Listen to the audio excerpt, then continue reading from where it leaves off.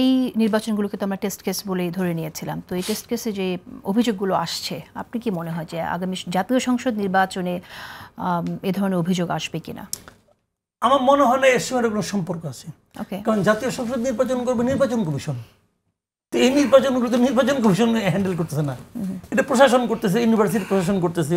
এখন ইউনিভার্সিটি প্রশাসন তো নির্বাচন পরিচালনার ক্ষেত্রে খুব একটা অভিজ্ঞ না, কাজে তাদের মধ্যে কিছু ভুলভ্রান্তি হতেই পারে। কাজে এটার সঙ্গে ওটার কোনো সম্পর্ক নাই। আর অনেকে যেটা মনে করে যে এই নির্বাচনের ফলটা জাতীয় সংসদ নির্বাচনকে প্রভাবিত করবে, আমি তাও মনে করি না। নাকি তো কারচুপি করতে চাওয়ার একটা প্রবণতার ব্যাপার আছে, সেই প্রবণতাটা কি থাকবে কিনা? ভাই, প্রবণতা সবারই আছে, প্রবণতা সবাই সুযোগের অভাবে সবাই সৎ আর কি, বুঝছেন না? প্রবণতা সবারই আছে, চান দিলে সবাই কারচুপি করবে। যদি সরকার ঠিকঠাক মতো নির্বাচন পরিচালনা করে, যদি ল অ্যান্ড অর্ডার ঠিক থাকে, তাহলে প্রবণতা বুঝে যে চুরি করতে গেলে মার খাইতে হবে, চুরি করবে না, এটাই স্বাভাবিক নিয়ম। কাজে আপনি যদি দেখে যে আমি এটা চুরি করলেই আমার 1 কোটি টাকা হয়ে গেলো, আমি চুরি করবো, এটা করবে ভাই। ওরকম সত্ত্বেও ওরকম দরবেশ লোক খুব কম আছে, তো এটা হতে পারে। কিন্তু এই নির্বাচনের সঙ্গে ওই নির্বাচনের কোনো সম্পর্ক নাই। নির্বাচন যদি ভালো না হয়, এটা হবে না তাদের অক্ষমতার কারণে, সরকারের অক্ষমতার কারণে, এবং সেই আশঙ্কা পুরোপুরি আছে। এই সরকার তার আইন শৃঙ্খলা রক্ষাকারী বাহিনী যেগুলো আছে তাদেরকে সেরকম মোটিভেট করতে পারছে বলে আমার কাছে মনে হয় না। যদি না হয় তাহলে আপনি কীভাবে ইলেকশন করাবেন? ইলেকশন করতে সময় তো ভাই মানুষ তো নানাভাবে জিততে চাইবে।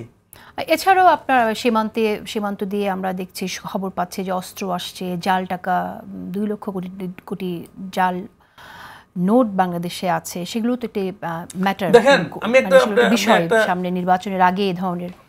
আমি একটা কথা বলি আপনাকে, যে জিনিসটা নিয়ে অনেকেই অনেক রকম বলতেছে, আমাদের হুট করে কি হলো, তারা হইলো তড়িঘড়ি করে যে শেখ মুজিবের ছবি আছে, ওই ছবির টাকা আমরা চাই না বললো, বলে নিয়ে তারা একটা নতুন একটা টাকা বানাইলো।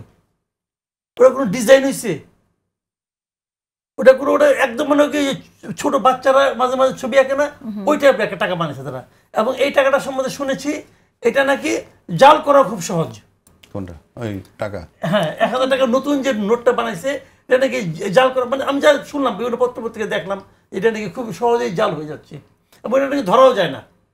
এটা এমন একটা নোট তারা বানাইছে, তড়িঘড়ি করা, মানে হয় কি জিনিস জানেন, আমার ইচ্ছা হলো আমি করবো না, তো এটা বানাইলেন আপনি, বানিয়ে কি বানাইলেন?